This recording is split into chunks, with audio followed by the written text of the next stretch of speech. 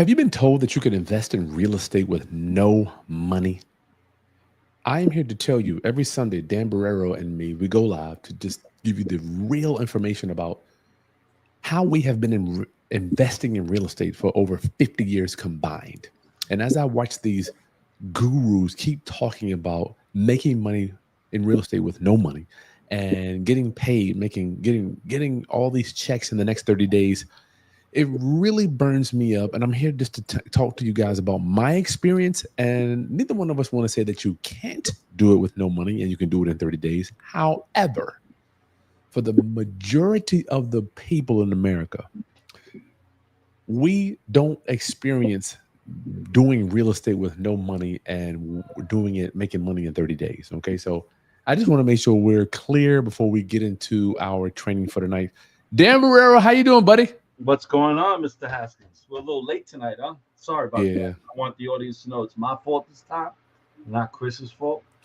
Um, It's always your fault. What are you talking about? I was having a great time enjoying my yard. I had some guests over, and we were eating a little later than we expected. So my apologies to everyone. I was cooking out too, man. So it ain't just you. It's summertime, brother. You know, as I get older, I'm like, I only get but so many moments to remember. You know, it's I'm 62 years old, and when I look at what life expectancy is and all, my summers are counted in the teens, That's right. right? So I don't want to sacrifice those summers anymore. Not that you don't want to, you won't do it. No. I'm not gonna do it. If we got to be late, they don't want to be here. They just turn the channel. Go turn on the baseball game or whatever the sport is on you want to watch. Right? Right. We love y'all, man. But we are getting older, both of us. Right? I'm just about 50, and I'm like, you know what? Do I want to sacrifice my Sunday evening cooking out with my family? My daughter has 7 friends over. Right? I think about you a lot, Dan. So I think about you with your kids. My daughter has 7 friends over. We made hamburgers, we made hot dogs, we made brats. I made some broccoli on the grill. My wife made some shrimp pasta. Dan, I want people to come here. I want this to be the house where my daughter, my friends and family can come to hang out and not feel cramped. Yeah, and that's what we had today. We had just family members, and it was all spontaneous. You know, it was real hot here. One of my sisters calls me up and said, not me, called my wife and said, "Hey, you know, Danny had the pool ready." She goes, "Danny always has the pool ready." All right, well, I'll be there with my 2 kids in about an hour. All right, then I love it. my other sister called up and says, "Oh, well, I hear Dee Dee's gonna go, so I'm coming over too." And I'm like, "All right, like, who cares? You know, the more the merrier." You ain't got to call me. Just show up. I mean, I'm good. Okay, so every Sunday, Dan, let me cut the phone on here.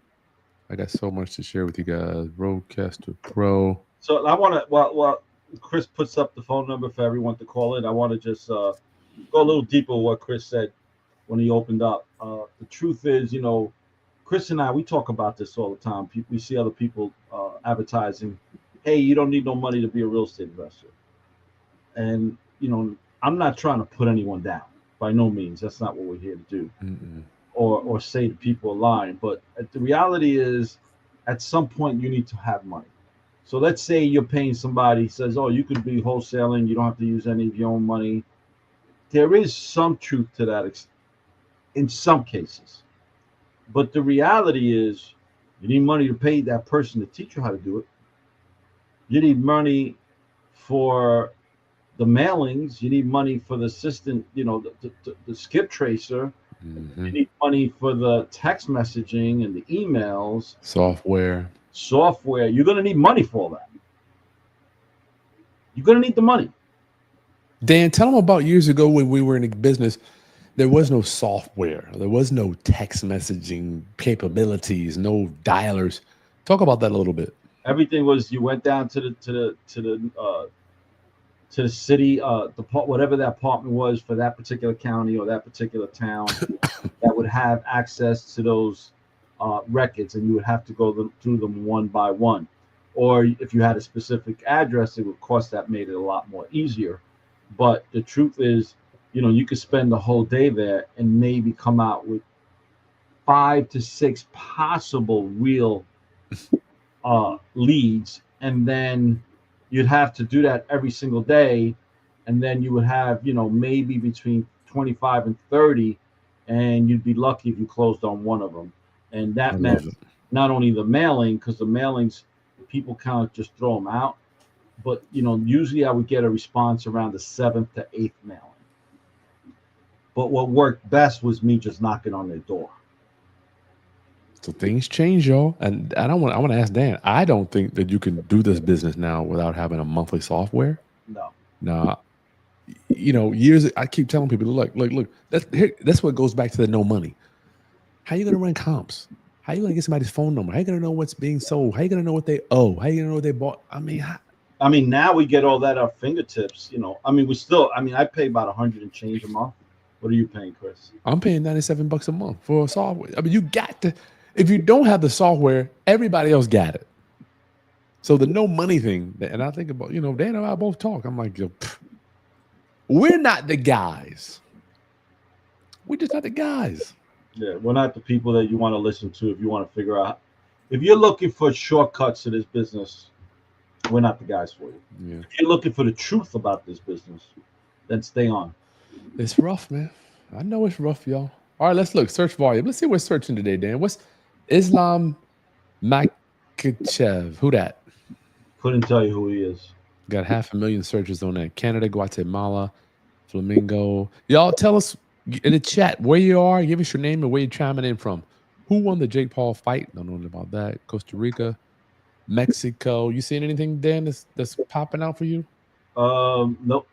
Gold Cup, Minnesota Tornado, Mexico, Tropical Storm.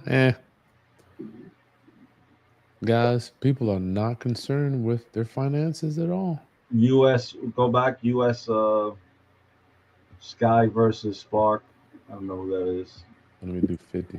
U.S. versus Republic of Ireland. I guess that must be a soccer game, maybe. What's that? Oh, soccer game? Sorry, What I'd really love to know what the first one is. What's going on? Did we miss something? I haven't listened to the news all day long. Islam Makachev. Let's see.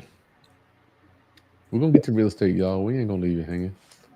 But you got to keep a finger on the pulse. Oh, he's a guy. Sports. Okay, well, yeah, you're right. It boils.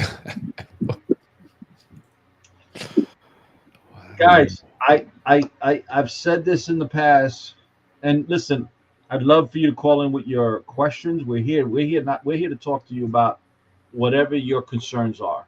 That's right. An entrepreneur, real estate investor, you can put it into the chat. We'll answer it there, or feel free to call in that number 757-204-1332. The truth in the matter is, Beyonce. Beyonce, she's a great entertainer. She spends, I can't even imagine how many hours a day she must spend working out so she could look that good on stage. Mm-hmm. Right?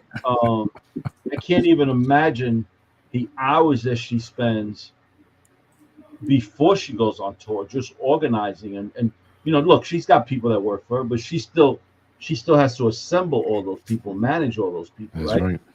I can't. So and you're going to spend hundreds of dollars to go see her, thousands of dollars depending where you want to sit, because she put in time to be great. Put in the time. The only reason she's that good is because she works at it. She worked hard at it, and she continues to work hard, just like professional athletes. But why are you paying to go see somebody else who put in the time?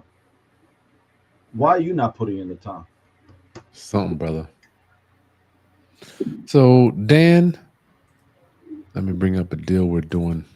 Let's talk about this deal. You guys, I'm telling y'all, anybody that's not in our mastermind, tell them about that meeting last week we had, Dan. That was, you were talking about some crazy, and this is real world stuff, y'all. So we have a mastermind, right? You can't even join this thing. And we're not saying we're bigger. It's not eventually you will, but this is for VIPs that came through one of our ultimate trainings. And Dan was just going over, we're just giving y'all case by case by case things that we're doing with people. And to hear the stuff that Dan, just share a little bit about what you're dealing with the city so people can get a taste of your daily operations regarding, just talk about the oil tank thing. The oil tank thing. So Give him the, give him the quick version. I didn't mean to get your heart burning up. so guys, it used to be where if you had an oil tank in the ground, because in the city of New York you have, and many parts, especially around northern New Jersey, um, oil was used to heat and hot water. Now, oil is a very dirty fuel, and many You're talking times, about the waste that it puts off. yeah, and it's a very contaminant fuel. So it used to be where if you had an oil tank and you emptied it out and you filled it in with sand, and you had it done by somebody who's certified to do that, licensed to do that, you were good. But now the banks are so concerned with the way New York City Council changes the rules at a whim, or the New York State Assembly changes the rules at a whim, or the governor's office. The banks, they're coming in and they're doing what they call sweeps, and they're sweeping the property looking for underground oil tanks. The And lenders are. yeah, and even if you have this certificate that says, "Hey, I got it done the proper way 15 years ago," they're like, "No, we're not going to lend the money to the buyer unless you rip it out." And that could go anywhere from $6,000 to $12,000 on average. But then they also have to take. My understanding of it, I'm looking into it now, is that after you remove the tank, you have to then take a sample of the soil and send it in for testing, and hope to God that they don't find anything, because that becomes another nightmare. Um, Oh, but it is what it is. It's just very difficult doing business anywhere right now. And, there's some counties that make it more difficult than others. but Dan, I did call you the other day, and one of the things I forgot to talk to you about was the administration change in New York. For the people, like, I don't think about these things when it comes to Virginia. Like, we're already a red state.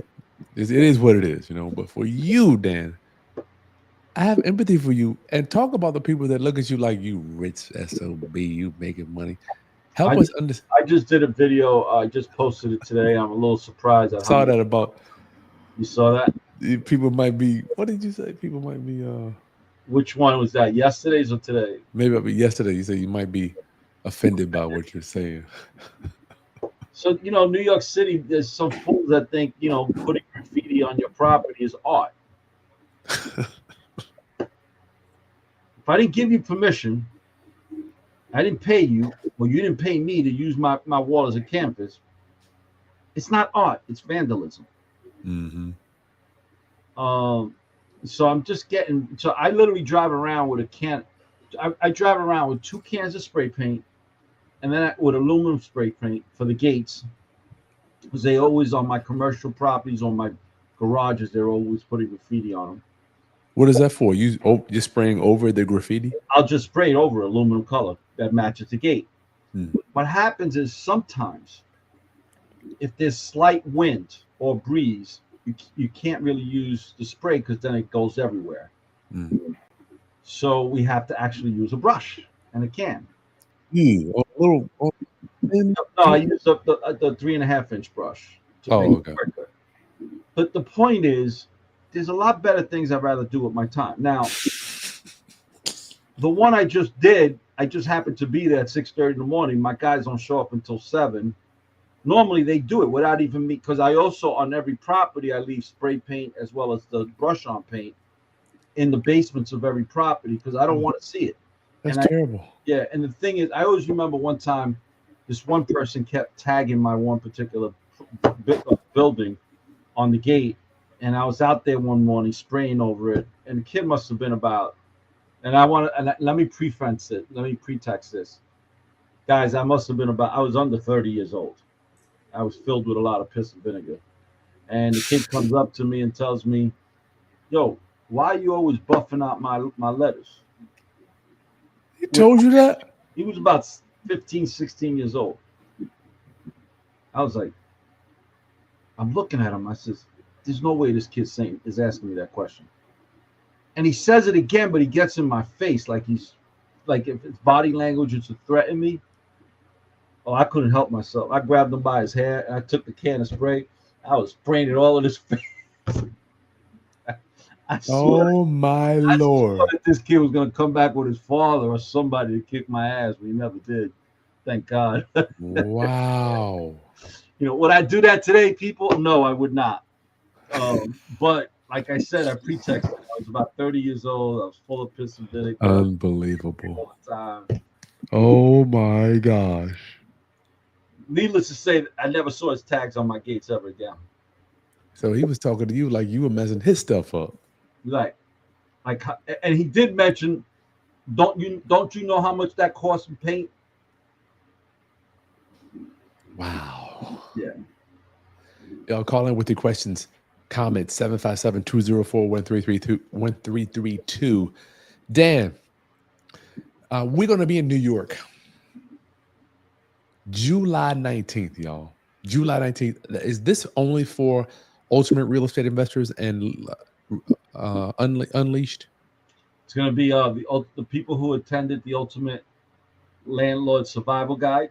Uh-huh. They also graduated, so now we call them Ultimate Landlord Warriors. That's right.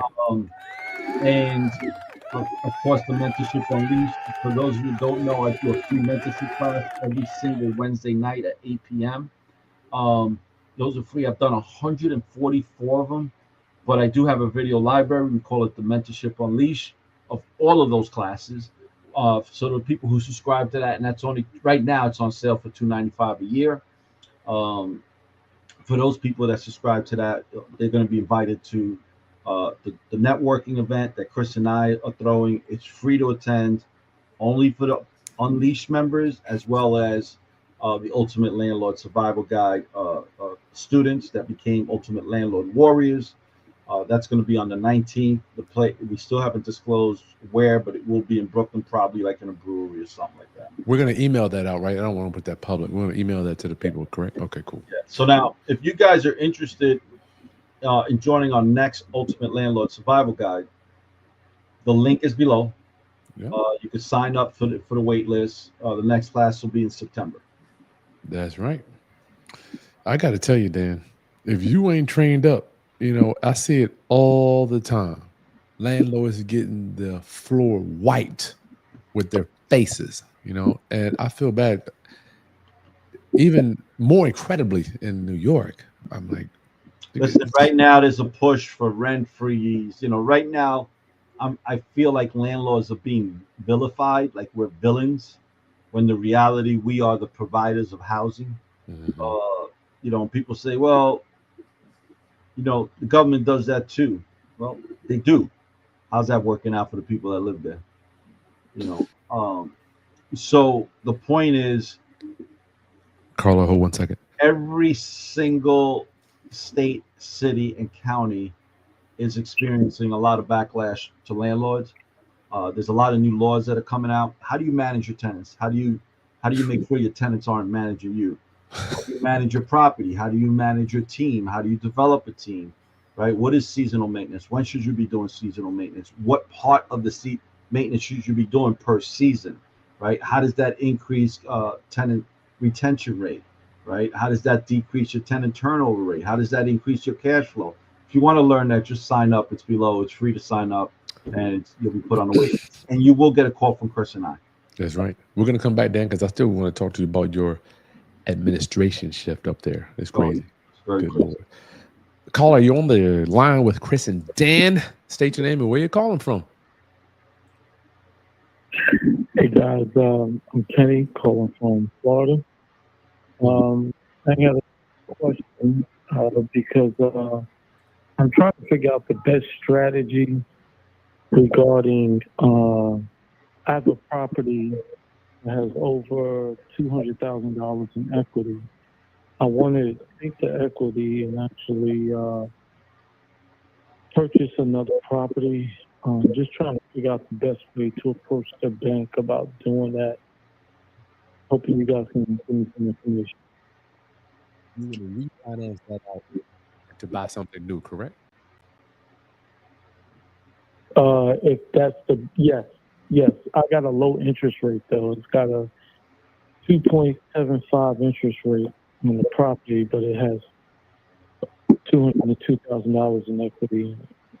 Kenny, is it a single family home? It's a multi-family home. Do you live in the property? No, I do not. How about the property you live in? Do you own that? Yes. How much equity you have in that property? Well, the property that has all the equity is in Arizona. I live in Florida now. So what I purchased No, property in Florida simple for? question, Kenny. Kenny, simple question. How much equity does the Yeah. property you live in have right now?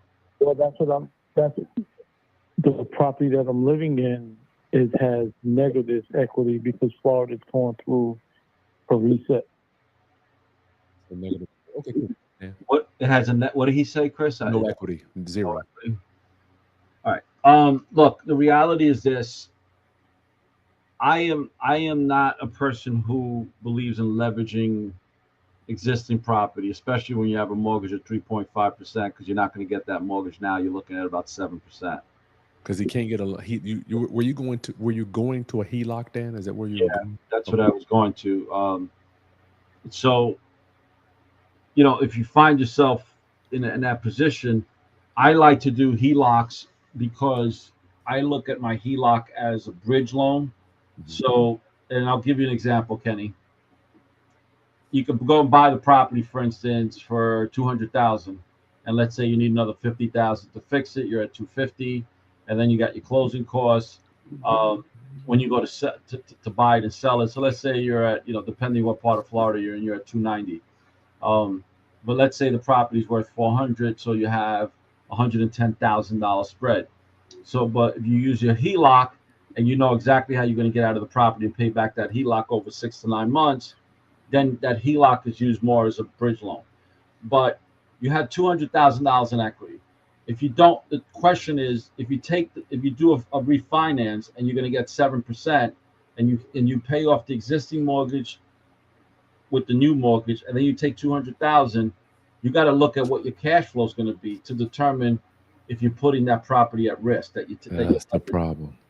That's the problem. Many times, the people don't have that leverage into the property.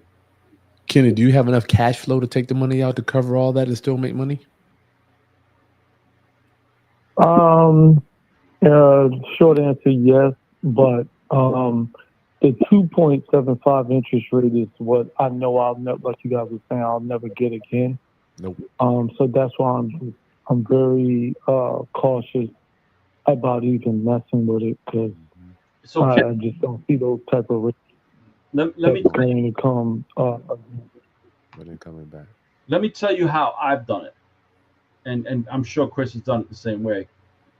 When you have that much equity, that also tells me that the rents have gone up. That means your cash flow has gone up. So instead of you living on that, Right. cash flow, you take that cash flow and you put it to a different separate bank account, and you do that for 2 years. You have your next down payment. 2 or 3 years, you have your next down payment, and you never had to refinance that first property.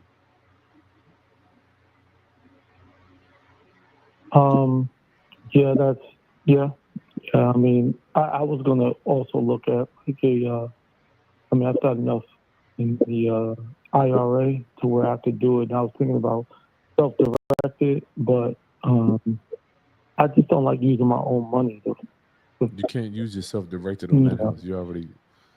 You're not able to use it. Right. So here's if I may, Kenny, what I did in my career was borrow money on my real estate from other people's self-directed Roth IRA. You with me? Yeah, I'm with you. So let's say, Kenny, you call me up, Chris. I need 50 grand. We're just making it up. I got 200,000 worth of equity. I'm happy to make that loan because if you screw up, I'm taking the house. Right. You with me on that, dog? So, Kenny, do you have people that you can put in place on a lien against that property and borrow money from their IRAs? Because your IRA is done. You can't do nothing with this deal with your IRA. Do I have people in place? No, but do I know people? Yeah, I do. There you go, dog. Kenny, private money. Private money. The money's already sitting in their custodian account. All you do is put a deed of trust or mortgage, I don't know what it is in that state, against the property. They give you the money, you pay them. You with me? That's what we do. I got hundreds of thousands of dollars out like that, dude.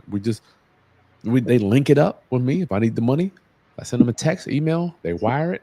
When I'm done with it, I send it back, and it's all going right into their IRA. It's tax free for them. Okay. Okay. Did it help you at all, brother? Oh, it helped. It helped tremendously, but it's just now I gotta figure out who I would approach with doing that. We can help you with that. Get a consultation, man. We'll help you with that. You go to either one of our websites, and Dan, Kenny, we got to keep moving. Good talking to you, buddy. Okay, appreciate it. All right, peace. So, Dan, you know I love my round-up family, right? The only way I have been able to sustain in this real estate business is by using private money. Only way. So, once again, Dan and I do it differently. Dan, I don't know, he's going to talk about what he do. But for me, I have access to multiple six figures of money anytime I need it. And you know what's crazy? I had a saying that I was going around in my head. Nobody wanted to loan me money years ago when I needed it the most. Now I don't need money from anybody. Just Nobody. I don't even want to say that throwing it. We attract it. Dan and I attract money. And once again, this is not a flex. This is all love, dude. We do not loan money to people that necessarily aren't able or don't understand how to borrow it. So Dan is a master borrower. Would you believe that? He knows how to borrow money. Yeah. Go ahead, Dan. There's nothing to go ahead about. You hit the nail on the head. I'm like, and when I see here Legacy wants to talk about self-directed Roth IRA, we're going to do a class on that. I mean, y'all, this is a money game. I know it may be wrapped up and put a bow on it to look like real estate, but I promise you, if you ask Dan Borrero, which I'm going to ask him right now, would he consider himself in the real estate game or in the money business? Dan, which business do you consider yourself in? I'm in the money business. Real estate is just the vehicle that creates the money. It's just tied to it. So people when we look in the mirror, right, we have our own things that we are romantic about. I'm a real estate, so I'm a car guy. I'm a Bitcoin guy. I'm a stock guy. I don't really care, right? It's just all of it is the money game, y'all. And you have to figure out to be a student of this thing. And when Dan and we talk about it all the time. I don't even need people you turn yourself in order for you to build your wealth, you have to attract it, y'all. Just like right now, we've attracted you to this screen based on the characters that are here. You're not listening to us because we don't know what the hell or our day-to-day operations are not true and real. Y'all know what we do every day. Every day. And this is the business. Dan, I want to show you this. Darren, where'd you go? We're doing a new construction, y'all. Another one. I want to show y'all. My man Larry is just a beast. So we're finishing up the deal. It is he calls it the Booker T. Washington. That's the name of the floor plan. But I want y'all to see. There's the link to the lot there. This is the width here. And this is the proposed dwelling right here. So this is stuff we're doing every single day. And for people that, when I was coming up there, everybody was teaching, don't take on partners. Do this on your own. You can do it on your own. Don't go out there and water down your profit. What would you say to that, Dan? I think there's some validity to that, but every situation is different. There are. Oh, excuse me. I'm sorry. There are times I take partners on, and times that I don't. Most of the time when I take in a partner, it's because not most of the time. It's because um, I just don't have the bandwidth, or I don't have, depending on the project, maybe I done it a few times and I don't feel comfortable to say I'm a professional at it yet. So I will bring in a partner that will complement my weakness with their strength, There it right? is. But before you bring in any partner, you should have a partnership agreement in place that's extremely well well thought out.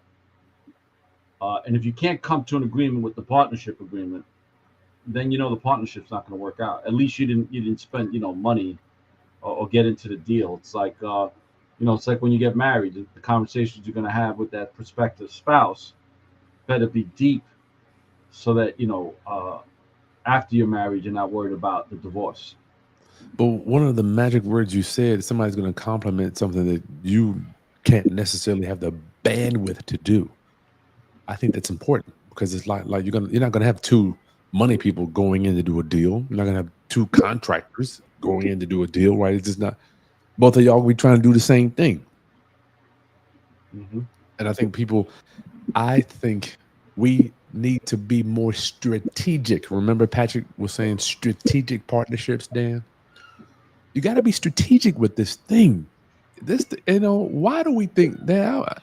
Why do we think people that make a bunch of money that they have not put a lot of thought into it? They haven't put systems in place. I don't know where we get this from. It takes a lot of time. Dan works a lot of hours thinking, forecasting, pontificating, researching, looking at the numbers, all this stuff to make sure things go real smooth. And it's weird. I bumped into somebody that's yesterday. They're trying to build a house. They're like, Chris, you built your house, man. It was so smooth. I mean, you just went in there and built. I mean, this shit was done. I'm like, He just made it look smooth. I'm like, it's the same thing with that. We make it look easy because we do it all the time, right? The more we do it, the more we know what to look the next time, what not to do, and who not to use, and who to speak to and not to speak to. So the reality is just like everything else. When you first started to learn to tie your shoes, it took you 10 minutes, right? And now as an adult, it shouldn't take you more than a minute to boot both shoes, right? So it's all about repetition. The more you do it, just like Reps. Beyonce. We spoke about Beyonce, right? Or any professional athlete or any professional entertainer. They work really hard at being the best at what they do. And that's why you pay a lot of money to go see them be the best at what they do. So Yep. now you have to decide, like me, I don't want to pay to go look at another person who's at the best at what they do. I want you to pay me to come and look at what I do to see what the best I am. I love it. Dan, you know what? Another thing I thought about today, I don't know about you, but in my community, right? Religion, like the pastors, I was thinking today as I was watching church, I'm like, you know what? We are good at using the Bible to pass down wisdom, thoughts, analogies, parodies, and all that stuff, right? Like in my community, the pastors, we got it down. Boom. These dudes are beasts on the stage. But I was thinking to myself, why haven't we, or how do we, why is it that we're good at passing down information from the Bible, but we have zero ways to pass down financial literacy from one person to another? So I'll give you an instance. For instance, let's say I'll go to a place, whatever type of meeting, maybe a church meeting or I'll go to a small event, and you got people that are well versed on the book.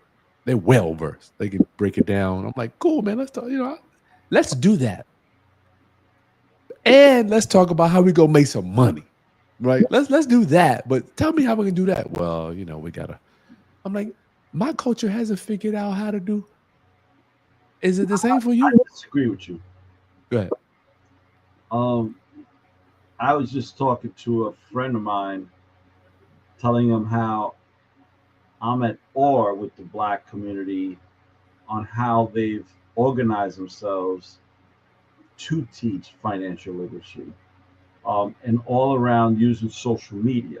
You're talking about like the EYL type stuff. Yeah, but even like, let's say Juvenile, where he's like, he built the building just to educate on financial education within his community.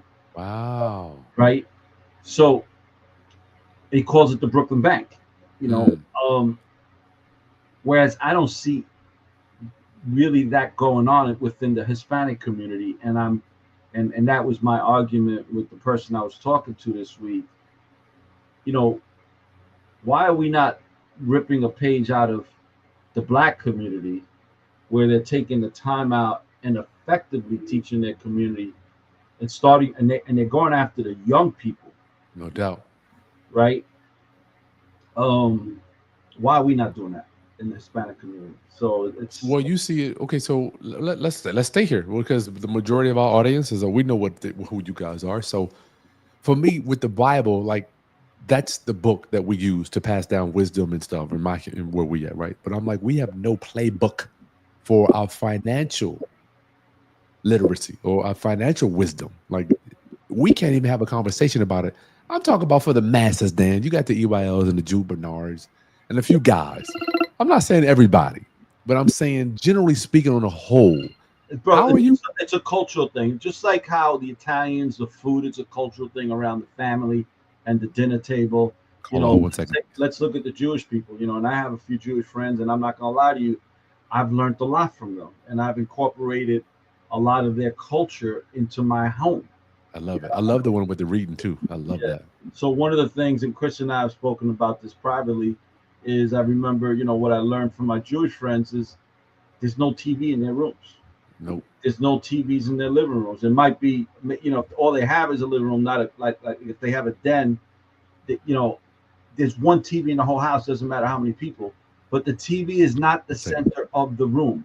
Whereas when I use, you know, I thought wealth was when you go to someone's house, or everybody and their mother had a TV in their room, and there's a big TV in the living room. There's another TV in the kitchen. I The love TV. it. So you know, I realized in the Jewish culture, it's not the TV is not the center of attention. Reading is, right. So the bedrooms are used for reading, studying, and sleeping. Dan, let's take this quick call, and we'll take the quick call, then we'll come back to that one. Call us, state your name and where you're calling from, my friend. What's going on, Chris and Dan? This is Jared from Virginia Beach. How Jared are you, Jared? from Virginia Beach. Let me do this. 1 second. I always mess your name up. I'm gonna just put that from VA Beach. Jared, how can we serve you, my brother? Hey, Chris, I want to ask you about a deal I had. Um, I just want to know what kind of numbers you use. I was looking at doing it as like an owner finance type of deal. Okay, that's good. I just want to know what kind of numbers roughly you would use for it. What would I use So for? the monthly, yeah, what kind of numbers All right, you monthly use payment, for? what? Uh, 1400, Around 1400. 1400 for everything. 1400. Okay. Yeah, What do they owe? for the TITI. They owed about 30,000 in arrears. So they owe 230, 240. Yeah, 240, All right. 30,000 in arrears. Okay. The property is probably worth about 310, and it probably needed about 20K in work. And the rent in that area maybe 20, 2000. What'd you say? about 2,200. Our rent is 100. All right. Let's look at it and see what we got. You see these numbers, Dan? Yes. You there, Dan? Yeah, I'm looking at them. All right. Monthly payments 1400. That's PITI. Balance 240. What does he need at closing? How much total we got to bring in closing? Oh, 30,000. Plus closing, plus what does he want? Like a couple grand. So that's 35K. We got 3,000 to buy it. Even if you buy it, it's gonna cost you 3 grand to buy it. We need 30,000 in closing, plus that's a 55,000 out to make $700 a month. Go ahead, Dan. Yeah, I see. I guess you see, I'm doing my calculator. That's 8,400 a year. And what's his investment? Hold on a second. Investment is 35K at the bottom. Principal's 210. 35 is his total investment. I'm sorry. Balance is 210. That's a 24% return, cash and cash return. That's not a bad deal. So let's look at this. Monthly payments 1,400. Balance is 210. Arrears are 30. So I gotta do this, right, Jared? Yeah. So it's about 245 total. It's worth 310. How many bedrooms and baths is it? It's 3 beds with a loft and 2 baths. 3.2. 35,000 for 600 a month, plus another 20. What is the reno? I don't know. 20 grand sounds low for 3.2. How big is it? 1,800 square feet. Rent for 21. Maybe higher, maybe 30. 30. So again, I was looking to do like a seller finance deal where I didn't have to do anything with the rent out, so just sell it as is on like. Yeah, the problem is I just want to know what kind of numbers you would use in that situation. You got 35,000 out. Yeah, I don't know, man. Depending on how old is the loan, Jared? It's only been 4 years. Yeah. The So loan. 26 years left. How many months is the loan for? 30 years, 15? How many years? 30 years. So it's only been 4 years, Dan. So you got 26 years left. You know, this is the okay deal, not for an older investor. I just don't want to put out. Dan, you put out $35,000, you can get $55,000. It's gonna take you 5,000. Yeah, 55. It's gonna take you how long to get your money back? $600 a month.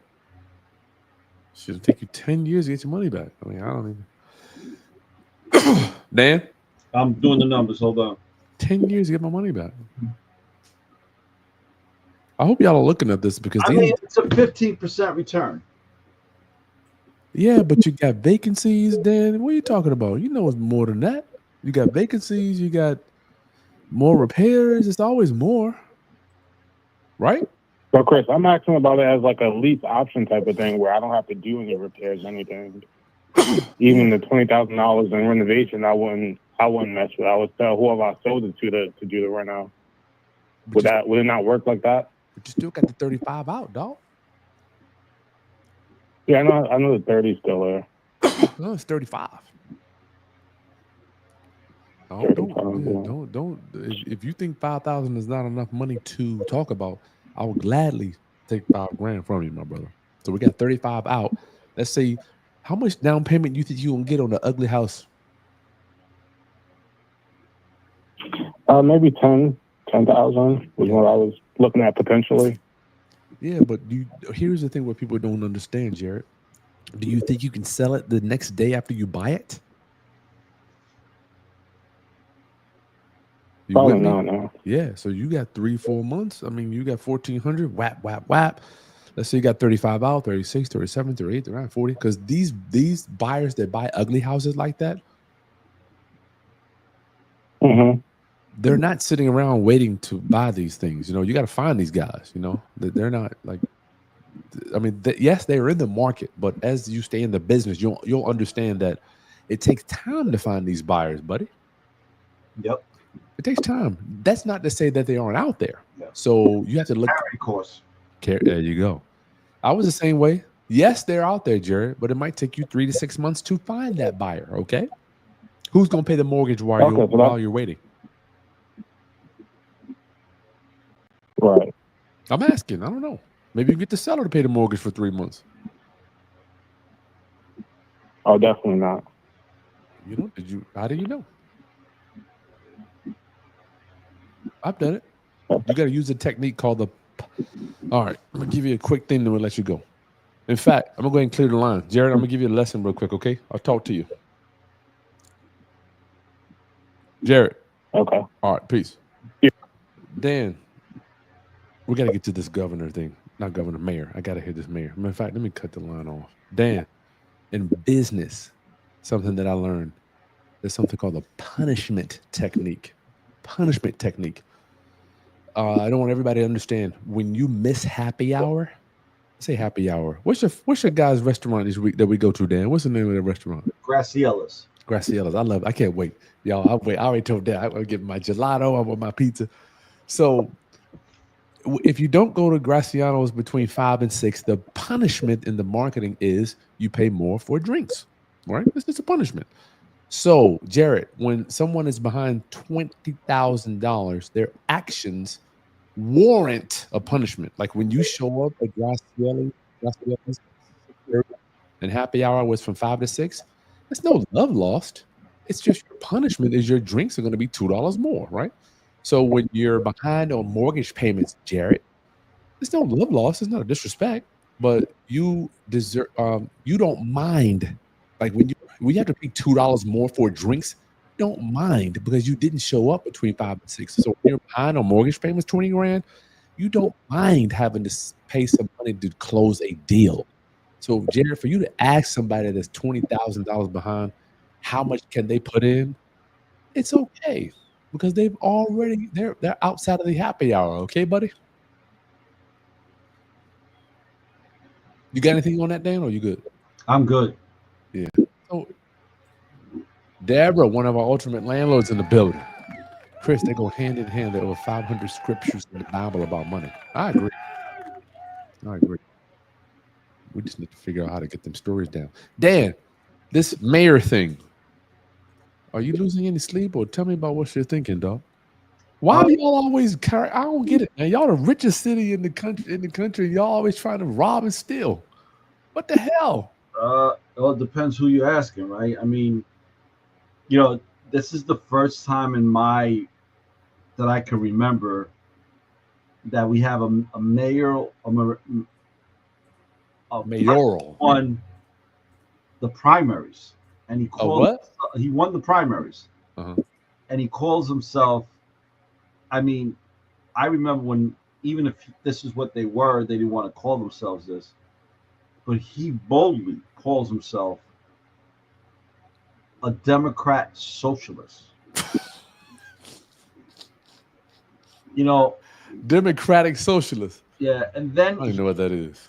So I was, and for those of you that don't know, this gentleman just won, and I give him all the credit in the world to come from so far behind and beat a seasoned politicians, much more seasoned than he is. Where he thought outside the box using social media.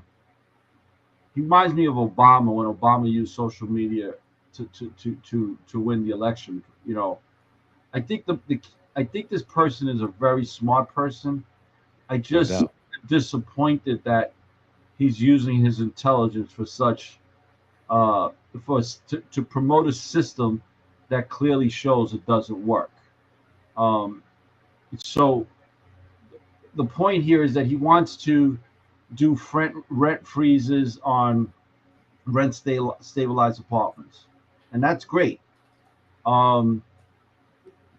wants to create free grocery stores that are for free for people.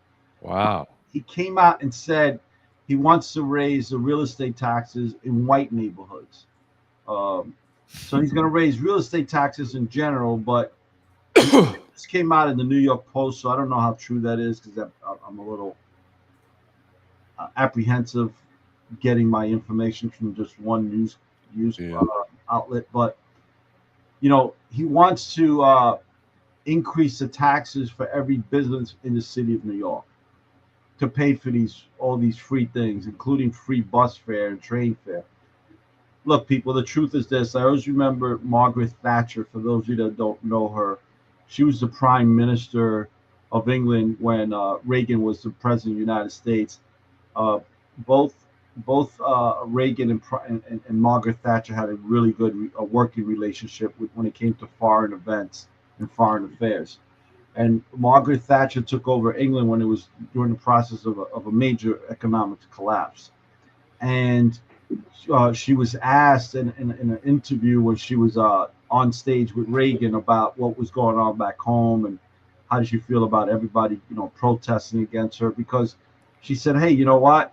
Students are going to have to start paying for some of their college, right? Whereas before it was all free.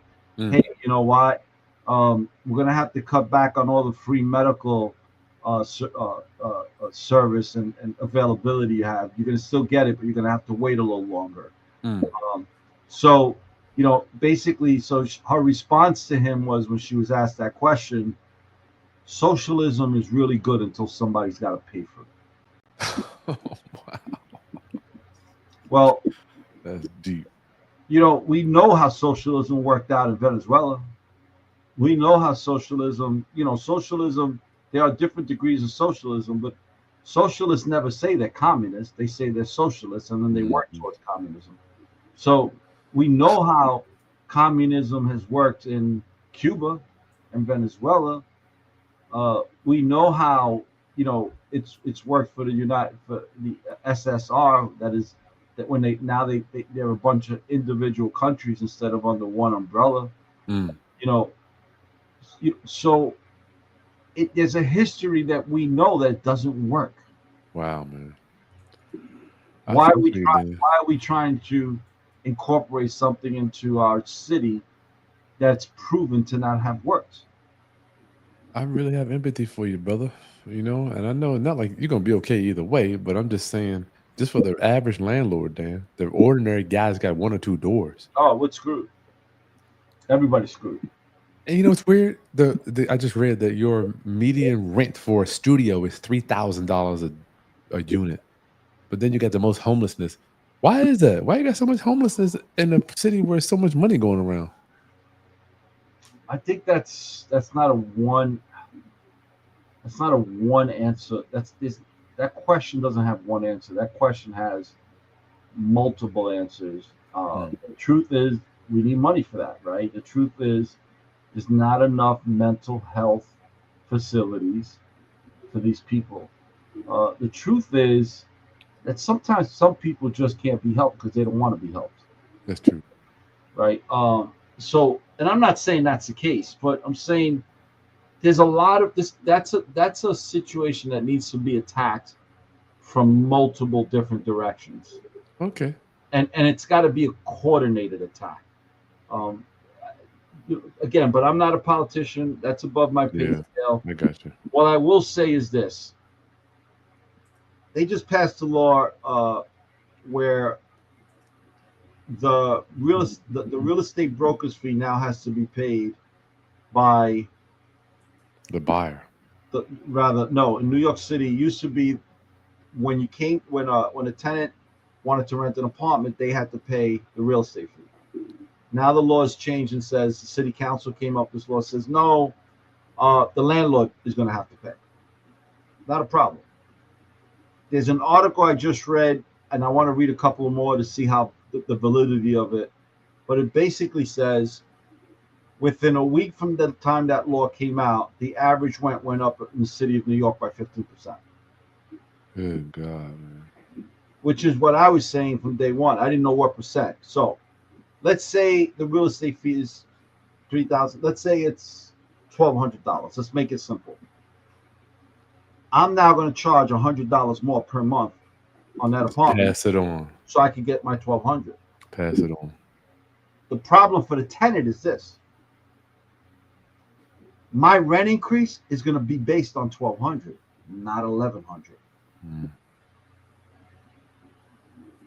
Every year, my rent increases is based on the previous year's rent. And the previous year's rent is always going to be higher because I incorporated that real estate fee into the first year. Y'all in trouble up there, man. So who are they helping? Wow. All right, we've been on here for an hour, Dan. We're done. Y'all, make sure you join, if you haven't yet, our email list in the video description. Tomorrow we got self-storage secrets. My guy Alex is going to come on, show you how to buy self-storage with little to no money down. That happens at 7 o'clock on Monday. and the Ultimate Landlord Survival Guide, the link for our waiting list. Just join it. We will be calling you. Dan and I, we take this very seriously. We do. Take this seriously, man, because both of us have been mopped. If y'all could see, I wish I could have just had y'all row with me 10 years ago. Right, Dan? Wouldn't that be cool, man? Go back and I wish I had been doing social media back when like I was doing like 180 closings a year. just boom, boom, boom, boom, boom. You know what? I couldn't have done it because I wouldn't have. Moving too much. Moving too much. Share this stuff, y'all. We'll see you on the next video. Much love. Peace. Good night, everyone.